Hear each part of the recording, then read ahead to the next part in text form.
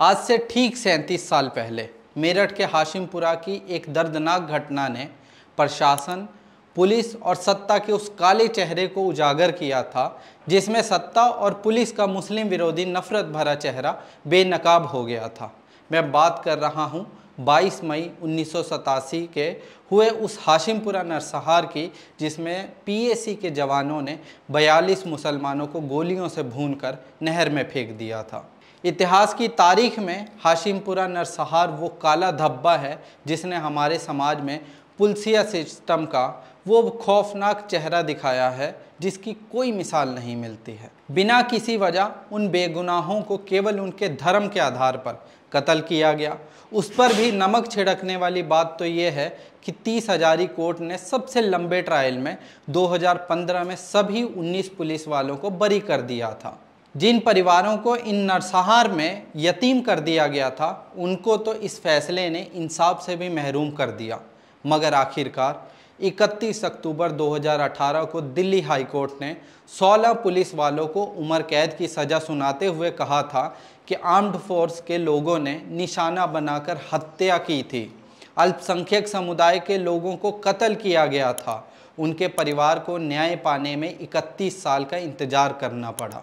हाशिमपुरा के पीड़ितों के दर्द को जब सुनेंगे तो आपके पूरे बदन में सिरहन उठ जाएगी। आपको समझ में नहीं आएगा कि आप अपने उस दर्द को किस तरीके से जग जाहिर करें। इसी हाशिमपुरा नरसंहार की एक पीड़ित जैबुन की जुबानी उन्हीं के पूरे दर्द को शब्द पर शब्द महसूस करने की कोशिश करिए। मीडिया को उन्होंने अपने दर्द को बताते हुए कहा था कि उस दिन अलविदा जुम्मा था।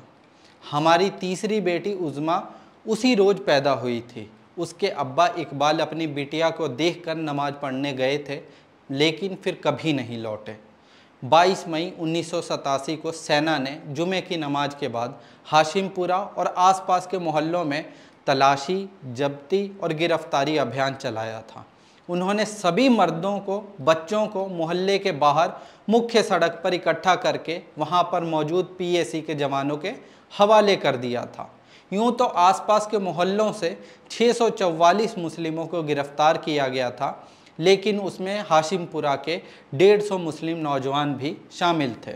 जैबुन के पति इकबाल समेत 50 नौजवानों को पीएसी के ट्रक URU 1493 पर लाद दिया गया, जिस पर 303 राइफलों से लैस पीएसी के 19 जवान शामिल थे। इन जवानों ने 22 मई की काली रात को नाजी जुल्म की भी हदें पार कर दी थी। हाशिमपुरा के 5 नौजवानों को छोड़कर ज़्यादातर नौजवानों के लिए अलविदा जुमे की नमाज आखिरी साबित हुई।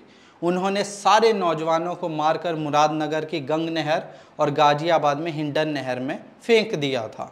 हाशिमपुरा के पड़ोसी मोहल्ले जुम्मनपुरा में खराद मशीन चलाने वाले इकबाल के सर में गोली मारी गई थी। उनकी लाश हिंडन में मिली थी। इसके अलावा हिरासत में भी पुलिस की पिटाई से कम 8 लोग, जहीर अहमद, मोयुद्दीन, सलीम उर्फ सल्लू, मीनू, मोहम्मद उस्मान, जमील अहमद, दीन मोहम्मद और मास्टर हनीफ ने दम तोड़ दिया था। ये तो केवल एक पीड़ित की दर्द भरी दास्तां है। इसके अलावा भी आपको हजारों लोगों की ऐसी ही दर्दनाक कहानियां सुनने और महसूस करने को मिल जाएंगी। मगर सवाल यहाँ पर यह है कि पीड़ितों के दर्द से भी आगे बढ़कर आखिर कैसे एक सरकार दंगों और नरसंहार को रोकने में विफल हो जाती है और ये परिवार जो अपने अपनों के साथ खुशी से रह रहे थे वो अचानक से पीड़ित परिवार बन जाते हैं। उस समय तो केंद्र में राजीव गांधी और प्रदेश में वीर बहादुर सिंह की सरकार थी। कांग्रेस तो सेकुलर मान्यताओं को मानते हुए सभी को साथ लेकर चलने का दावा करती थी, मगर इनकी ही सरकार में इस प्रकार मुसलमानों का नरसंहार उनके उन दावों को खोखला साबित करने के लिए काफ़ी है। आप खुद सोचकर देखिए कि जब तत्कालीन कांग्रेस सरकार के यूपी के मुख्यमंत्री वीर बहादुर सिंह पर हिंदुत्ववादी समर्थक होने का आरोप लगा था तो उन्होंने बेशर्मी से जवाब में ये कहा था कि दंगे तो हमारी राष्ट्रीय समस्या हैं। 1982 के दंगों में तो इससे भी ज़्यादा लोग मारे गए थे। एक मुख्यमंत्री ऐसी बेहुदा बातें कहकर अपनी और अपने सरकार की नाकामी से पल्ला झाड़ लेता है, जबकि हकीकत यह है कि उस तत्कालीन सरकार में 26 पोर्टफोलियो को संभालते हुए महोदय के पास 72 डिपार्टमेंट थे। बाकी जितने भी मंत्रालय थे उनमें भी ये अपना हाथ पैर डालने की कोशिश में हमेशा लगे रहते थे। जिस प्रकार किसी भी सरकार में किसी भी अच्छे काम की पूरी तारीफ उस सरकार के मुखिया पर आती है, बिल्कुल वैसे ही इस प्रशासनिक फेलियर, पुलिस के मुस्लिम विरोधी चेहरे, मुस्लिम परिवारों को यतीम कर देना और सैकड़ों मुस्लिम युवाओं को मारकर नहर में फेंक देने की जिम्मेदारी भी मुकम्मल तरीके से तत्कालीन कांग्रेस के मुख्यमंत्री वीर बहादुर सिंह और केंद्र में प्रधानमंत्री राजीव गांधी पर ही आएगी। अब कितना भी इससे पीछा छुड़ा लो, मगर यही तल्ख हकीकत है। 16 मार्च 2014 को कांग्रेस के नेता राहुल गांधी ने 1984 के सिख विरोधी दंगों पर कहा था कि वो प्रधानमंत्री मनमोहन सिंह और सोनिया गांधी की तरफ से इन दंगों के लिए माफ़ी मांगते हैं। क्या राहुल गांधी, जो मौजूदा समय में सबको एक साथ लेकर चलने की बात कर रहे हैं, आबादी के हिसाब से हिस्सेदारी की बातें कर रहे हैं, क्या वो मुसलमानों के साथ कांग्रेस शासनकाल में इन दंगों और नरसंहार के लिए पब्लिक में माफ़ी मांगेंगे? क्या वो ये कहेंगे कि हमें ये दुख है कि तत्कालीन प्रधानमंत्री राजीव गांधी और यूपी के मुख्यमंत्री वीर बहादुर सिंह के शासनकाल में पीएसी के जवानों द्वारा मुसलमानों के कत्लेआम पर हमारी पार्टी माफ़ी मांगती है, हमें उसके लिए खेद है, हम उन पीड़ित परिवारों से हाथ जोड़कर माफ़ी मांगते हैं?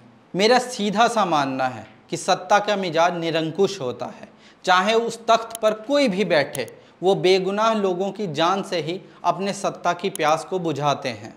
सत्ता के सितम की हाशिमपुरा नरसंहार तो एक केवल छोटी सी कहानी है, ऐसी हजारों और दास्तानें हैं जिन्होंने बेगुनाहों को निगल लिया है। हाशिमपुरा के दर्द पर आप अपनी राय हमारे साथ जरूर साझा करें। धन्यवाद।